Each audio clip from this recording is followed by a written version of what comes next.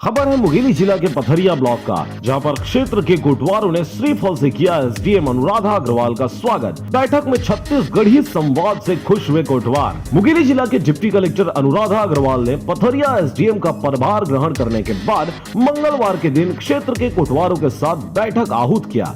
उक्त बैठक एसडीएम कार्यालय के सभा कक्ष में संपन्न हुई, जिसमें कोटवारों ने सर्वप्रथम अपने नए अनुविभाग अधिकारी को श्रीफल और साल से उनका स्वागत किया। एसडीएम अनुराधा अग्रवाल ने उपस्थित महिलाएं एवं पुरुष कोटवारों का आभार व्यक्त किया और सभी कोटवारों को क्रम से उनके प्रभार क्षेत्र की जानकारी ली। मेरे अनुविभाग के सभी कोटवारों को बुलाया गया था और उनसे मैंने पूरे अभी जो भी बाढ़ में जो भी क्षति हुई है और गिरदावरी कार्य चल रहा है एवं अन्य समय समय पे जो भी सूचनाएं गांव की रहती है उनको देने के लिए मेरे द्वारा कहा गया है और सभी से बात हुई, संवाद हुआ। छत्तीसगढ़ी में भी बातचीत पूरी हुई है। बहुत अच्छा लगा उन लोग से मिलकर, काफी आत्मीयता लगी। छत्तीसगढ़ी समाज से कोटवार हुए गदगद। बैठक में एसडीएम अनुराधा अग्रवाल द्वारा छत्तीसगढ़ी भाषा में संवाद करना कोटवारों के लिए मनमोहक रहा। बैठक की शुरुआत से ही एसडीएम ने छत्तीसगढ़ी भाषा में बात शुरू की, जिस पर उपस्थित सभी कोटवार ध्यान पूर्वक उनकी बातें सुनते रहे।